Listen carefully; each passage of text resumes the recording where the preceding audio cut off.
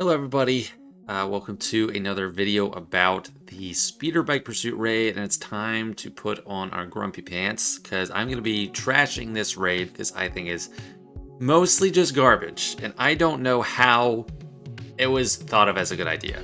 I've watched Arnold talk about this, and I think he's pretty much on the money. Like, I think just the one guy had this idea, and no one really challenged it. They were like, yeah, sure, let's do that. So what is so bad about it? I mean, first of all, let me just pull up in a run, like just so we can observe it. I don't get back, bar, wicket, chirpa, whatever. It's just a ridiculous set of.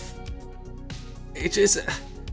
Okay, like, first of all, people are getting motion sickness from this. I don't know how many people, but, like, if they're not getting actual motion sickness, it's annoying. Like, I like to do my SWGOH chores, conquest and stuff on the treadmill, and sometimes I get a little bit of motion sickness just because I'm not, I don't know, focusing on the right thing while I'm moving.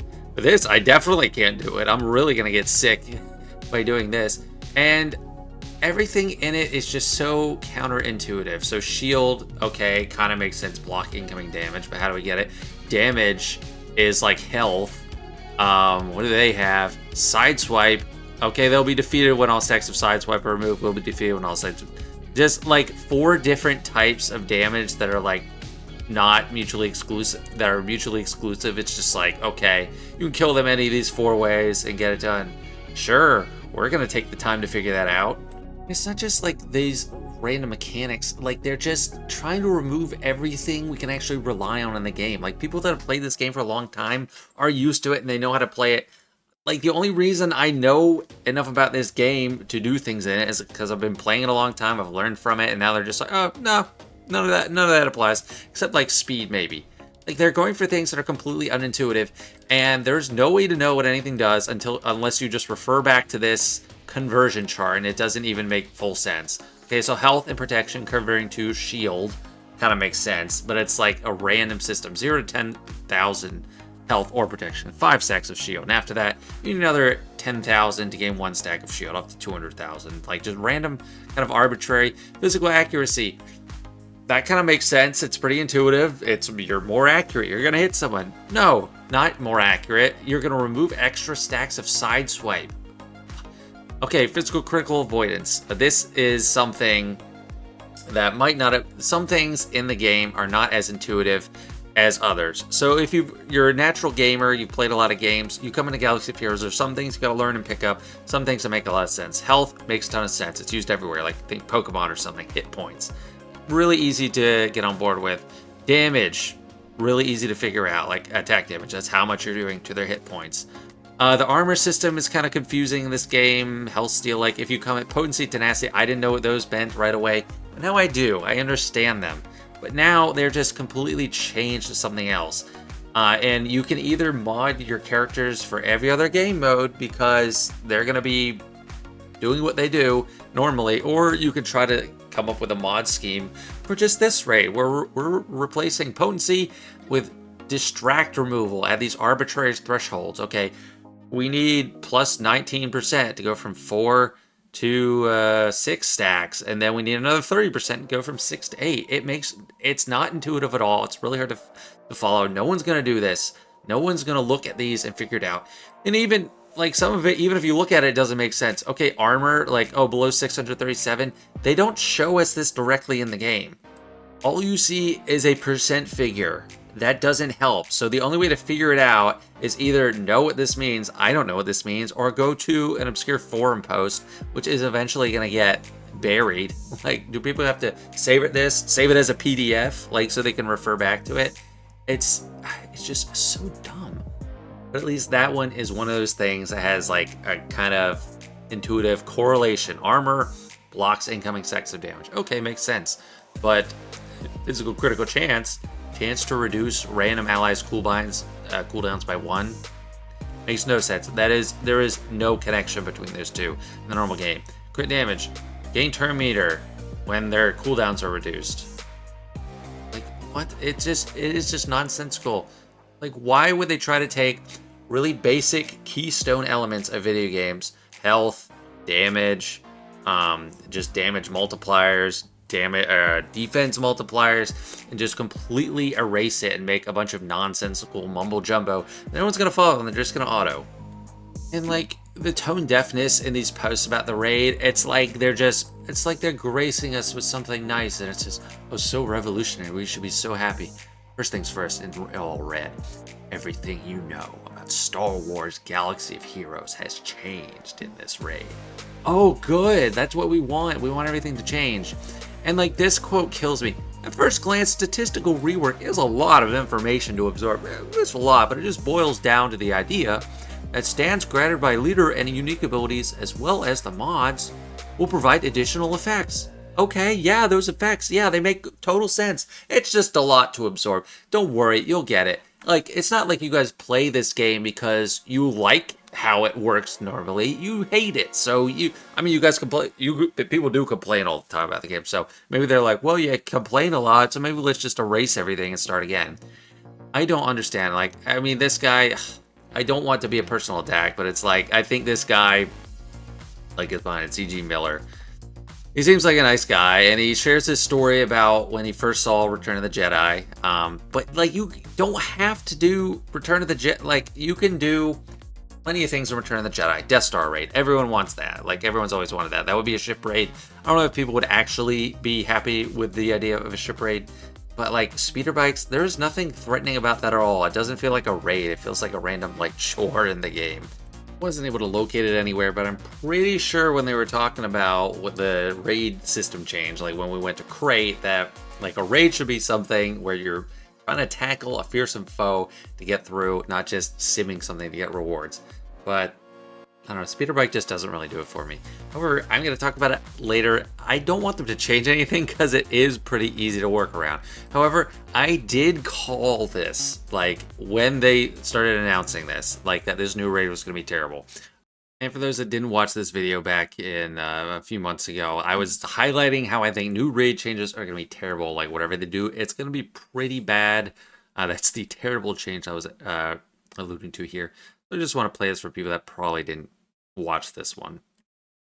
So in my mind, this new raid battle format can't be good for anybody. It just, anytime they're trying to like change up the traditional way the game works, it's terrible. The rock paper scissors part was especially bad. They never came back to it. It's been like 3.5 years almost since then.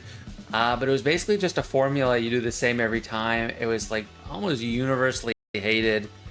It was just painful, and I mean, people still have to go through, because like if a newer player gets Kylo or Rey, they just have to go look up an old video and decide when to use parry, when to use, I don't know, whatever else they are, block.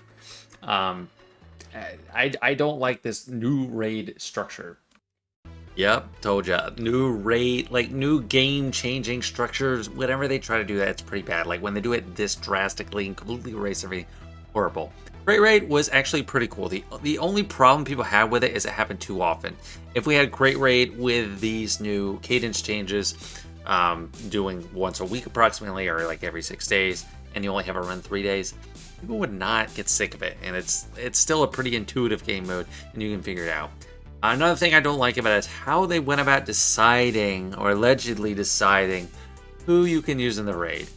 Because obviously Endor is all about rebels and the Empire, mostly Imperial troopers, Ewoks too, but we don't have all the classics from Return of the Jedi. We don't have Emperor Palpatine, we don't have Darth Vader, we don't have R2-D2, but the explanation for why we don't have them does not pass muster.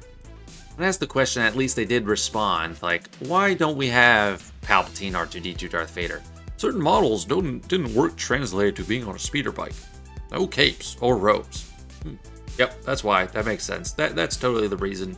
Yeah, it's totally because capes and robes wouldn't make sense on a speeder bike. I mean, this makes a lot more sense. Ewoks standing on the bike with their butts hanging out. Like, do they even know how to operate complex machinery? This makes absolutely no sense. But of course, Ewoks are something they want to be usable here. Because what is one of the most neglected factions in the game? Ewoks. And as it seems like the Ewok faction bonus is one of the better ones out there. So even though they might suck individually in game, I mean, Nisa accepted with a new Datacron, they're doing some stuff right now. but people don't have Ewoks built up, and yeah, it just gives people a really compelling reason to get up their Ewoks. Whereas, what doesn't make sense to include beloved Darth Vader, who was even on the moon of Endor? No, he's too prolific. Everyone has him at R7 for Executor. I have him at R8 just because he's good. And then Emperor Palpatine, no, we can't have him. Everyone, even new players, have him at R7 for Supreme Leader Kylo. That's just too easy. Why would we do that? Yeah, and R2-D2 just looks silly. Why would we want a droid on a speeder bike? That doesn't make sense. Ewoks make much more sense. Plus, we just required him R8 for Leia, so why would we let people use that for free? And people had him at R7 already for a long time. But, of course, I mean, it does have a hint of truth to it. I'm sure there are people that had concerns because they would look ridiculous on the bikes. But they just picked the one excuse that they could apply to as many high relic characters as possible.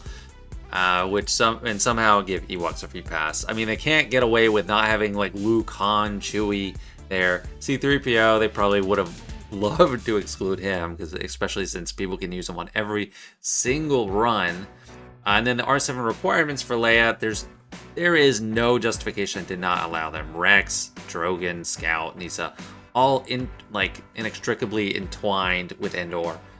Captain Rex only through like conspiracy theory kind of, but Dave Filoni said he thinks the old guy on Endor is Rex. So, and since they are brand new characters, like it still doesn't hurt to have an extra incentive to farm them. The most generous thing I think they did is allowing Piet. Like, I think that was doing people a solid, because most people have him at R8 for Executor. I have him at R9. A lot of people do, just to get a speed advantage. But yeah, they really could have just allowed a few more characters, and it wouldn't seem like they were trying to pull one over. That being said, I don't want them to change this raid right now, because I want them to work as hard on the next raid to make that actually cool as much as possible, because this is going to be the lowest effort raid we have. I just autoed everything, as most people are. 6.9 million. The Discord bot estimated I get like 5 million based on low effort or something. But I've autoed everything, and that seems to work just as good and maybe even better than like when you're not doing that, like when you're just trying to run it manually. I don't even know who's good here. I don't need a ton of extra points. Like, we're not gonna get another box, and I can get the threshold with any one thing. Yeah, we just go in here and hit auto. I mean, it's crazy that the whole community has just landed on the same conclusion, that it makes more sense to just hit auto and try to figure out what things do. I mean, who has time to just like memorize? I mean, eventually maybe we will. But it's like, oh, all out scan evasion, repair stacks of damage. Okay. Gain stacks of evasion, repair damage. Is this the same thing? Like, how is this different? Is that exactly the same thing? Roof stacks of damage from the like, and it doesn't make sense. Like, how you're scoring, I don't really explain it. It's just like random different things. I swear, I had one run. I forget who I was using. Maybe Chewbacca, C-3PO, and like Drogon. And they wouldn't even hit the target, and they'd shoot like past it in the middle, like here. The whole time it was just whiffs the entire time, but I got one of the best scores. Like, they would eventually just go away, even though they never seemed to get hit. It's just so silly. So I'm content to just auto this every week for 9 months and wait for another good raid.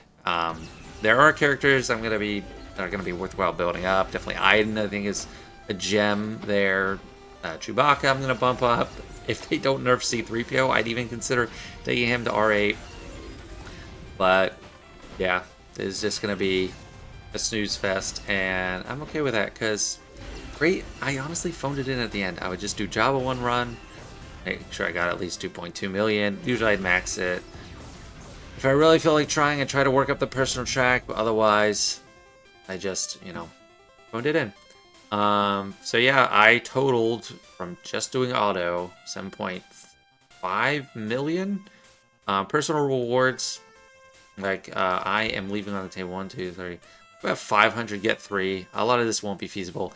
I'm gonna get Leia soon, so those will go up. I might add some extra relics, and that's really like the incentives still line up for them. They're still gonna get people to relic these, even if people don't understand the raid and other mechanics. They're still going to spend their resources to build up characters to R8 or R7 to get the best use out of it. And It's gonna work for them. If they disable the auto button, there would just be such an uproar. I really hope they don't do that. That would be ridiculous. I feel like they will nerf C-3PO, but I hope they don't do that either. So that's all for today. That's my spiel, my bucket of negativity. Hopefully it doesn't turn too many people off, because I don't like to be overtly negative in this game. I do really like this game, but I think this is just like such a half-baked idea. Like it's very, very strange and very silly. It's just such a ridiculous raid. But anyway, let me know what you think. Don't forget to like the video if you did enjoy. If you don't, tell me why. Tell me to shut up or something. Thanks guys. See you later.